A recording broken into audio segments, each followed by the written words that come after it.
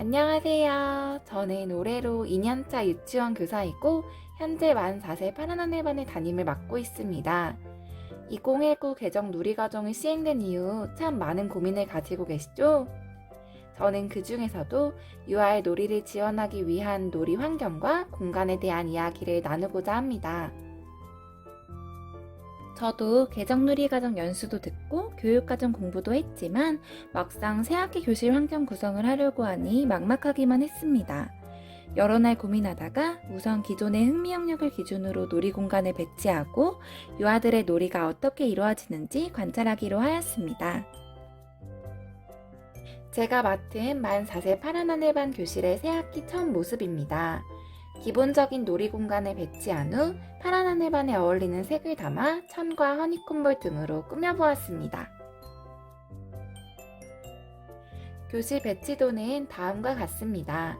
먼저 쌓기놀이 공간, 역할놀이 공간, 미술놀이 공간, 책보기 공간, 언어놀이 공간, 수조작놀이 공간을 배치하였습니다. 그리고 작년에 만 4세 유아들이 빛을 이용한 놀이를 즐겼던 것을 반영하여 올해도 빛 놀이 공간을 배치해 보았습니다. 저는 이렇게 처음 구성한 놀이 환경에서 유아들이 어떻게 놀이하는지 관찰하였고 몇 가지 요소에 의해 교실 환경을 계속 바꿔 나가게 되었습니다. 그것은 유아의 관심과 흥미, 유아의 요구, 놀이의 소멸, 놀이의 확장, 공간의 부족, 놀이 전시 및 기록 등이었습니다.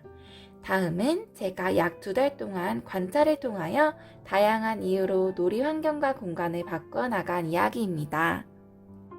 가장 처음 놀이 환경을 변화하게 한 것은 유아의 관심과 흥미였습니다. 따스했던 봄, 유아들은 바깥놀이를 나가면 개미의 움직임을 관찰하고 개미만 졸졸 쫓아다녔습니다.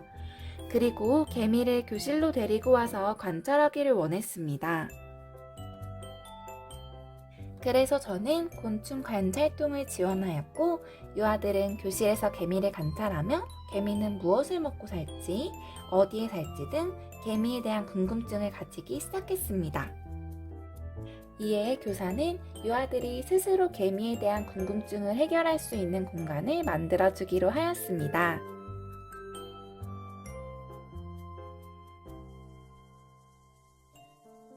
그 공간에는 개미와 관련된 그림책, 개미에 대한 정보가 담긴 영상, 개미 정보책, 개미 수 교구 등을 비치해 주었습니다. 그로 인해 유아들은 개미의 다리는 6개야. 개미는 달콤한 걸 좋아하나 봐. 라고 하며 개미에 대한 궁금증을 스스로 해결해 나갔고 개미에 대한 흥미를 지속시켜 나갈 수 있었습니다. 놀이 환경의 변화는 유아들의 직접적인 요구에 의해 일어나기도 했습니다. 교사는 학기 초에 유아들이 물감을 탐색할 수 있는 롤러 물감놀이를 제공해 주었습니다.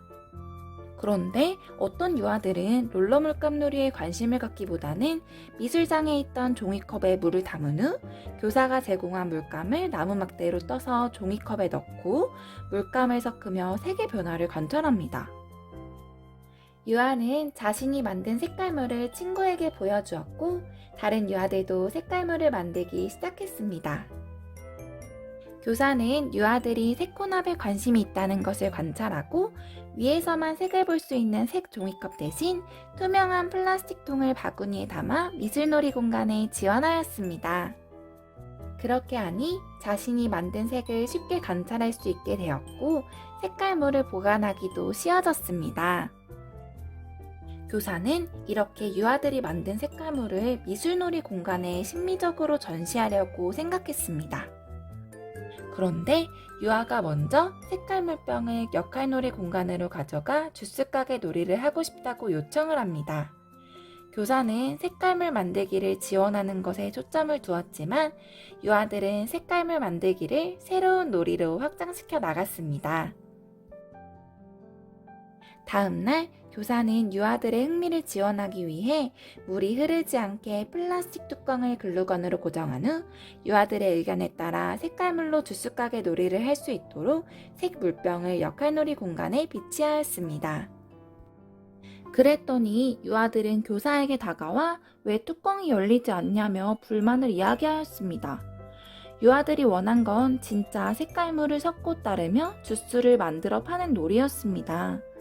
어떤 유아는 아예 미술놀이 공간에 있던 물통에 색깔물을 만든 후 이를 역할놀이 공간으로 가지고 와서 스포이트로 주스병을 담기도 하였습니다. 교사는 뚜껑을 열어 물이 쏟아지면 놀이에 방해가 되고 정리하기 힘들 것이라 생각했는데 유아들은 색깔물을 섞어야 진짜 주스가게 놀이라고 생각했던 것입니다. 이에 교사는 유아들의 흥미를 지원하기 위해 세코납에 사용할 수 있는 색깔물, 스포이트, 플라스틱 음료컵과 빨대, 계산기 등을 역할놀이 공간에 지원하였습니다. 유아들의 흥미에 적절한 지원을 하니 유아들은 색깔물을 섞어 주스를 만들어 파는 것에 흥미를 느끼며 주스 가게 놀이를 합니다. 주스 가게 안에 손걸레를 비치해주니 유아들은 자신이 흘린 물을 직접 닦을 수 있었습니다. 유아들은 주스의 색이 알록달록한 것을 보고 주스 가게 이름을 알록달록 주스 가게로 지었고 주스 가게에 어울리는 놀이 환경을 함께 만들어 나갔습니다. 유아들의 흥미가 반영되어 만들어진 알록달록 주스 가게에서 유아들은 주스 가게 놀이를 지속하였습니다. 주스 가게 놀이는 한참 동안 진행되다가 점차 소멸되기도 하였습니다. 새롭게 관심을 보이는 놀이가 나타나면서 공간도 변화되어야 했습니다. 이제 주스를 파는 유아들은 보이지 않고 주스 가게 안에서 캠핑을 즐기는 유아들이 생겼습니다. 교사는 주스 가게 놀이를 마무리하고 역할놀이 공간을 캠핑장으로 바꿔도 될지 고민이 되어 유아들에게 물어보았습니다.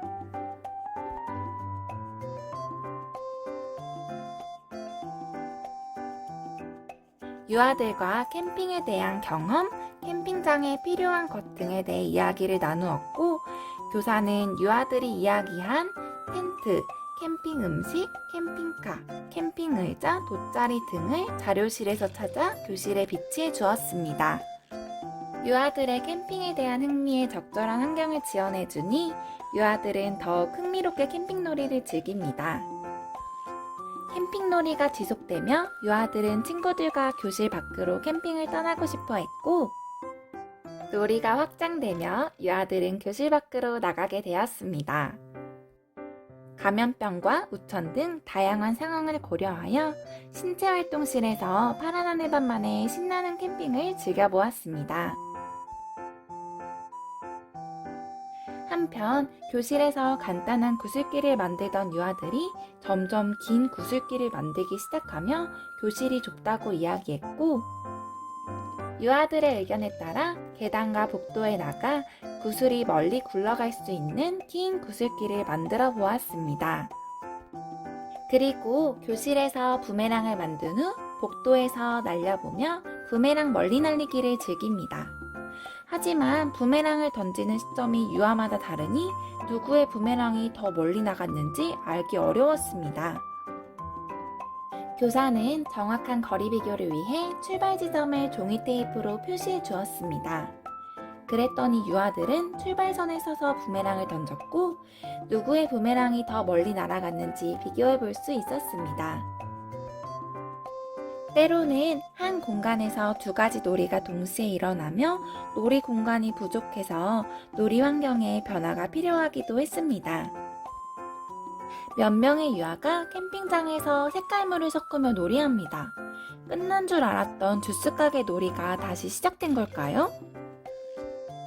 그런데 캠핑 놀이를 하는 유아들은 캠핑 놀이에 방해가 된다고 하였습니다. 좁은 역할놀이 공간에서 두 가지 놀이가 일어나 발생한 갈등을 해결하기 위해 교사는 캠핑장 옆에 새코납을 즐길 수 있는 작은 공간을 마련하고 여러 가지 색깔물과 빈 플라스틱 병을 지원해 주었습니다. 유아들은 이 공간의 이름을 색깔연구소라고 부르며 다양한 색깔을 만들어 보았습니다. 그런데 점점 많은 유아들이 새코납 놀이에 참여하여 놀이 공간이 부족해져서 불편함을 호소하는 유아들이 생겼습니다. 그래서 색깔연구소를 교실 공간 중 어느 곳으로 옮길지 고민해 보았습니다. 유아들은 현재 모래놀이를 하는 친구들이 별로 없고 화장실과 가깝다는 이유를 들어 모래놀이 공간으로 색깔 연구소를 이동시키자고 하였습니다.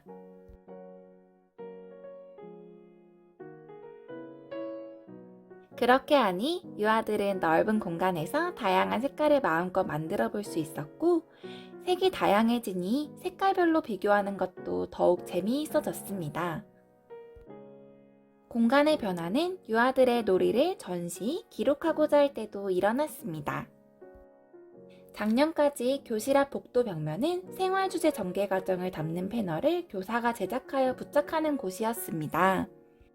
그런데 새코남 놀이 중 점점 많아지는 색깔 물병을 비치할 곳이 필요해 유아들과 이야기를 나누었고, 교실에는 공간이 부족하니 교실 앞 복도에 비치하게 되었습니다. 그리고 이 공간은 또 새로운 전시 공간으로 변화합니다. 유아들은 자신의 재미있는 상상을 담은 그림책을 만든 후에 이를 다른 학급에 공유하고 싶어 했고, 유아들의 의견에 따라 교실 책장을 복도로 빼내어 복도 도서관을 만들어 보기도 하였습니다. 막막하기만 했던 놀이 환경. 유아의 흥미, 놀이, 이야기를 따라가다 보니 교실은 유아의 흥미에 따라 시시각각 변화했고, 유치원 구석구석에 유아들의 놀이가 담기게 되었습니다. 정해진 것은 없지만 유아의 놀이를 주의 깊게 들여다보고 유아의 이야기에 귀 기울이는 것, 그리고 유아의 놀이에 반응하고 지원하는 것이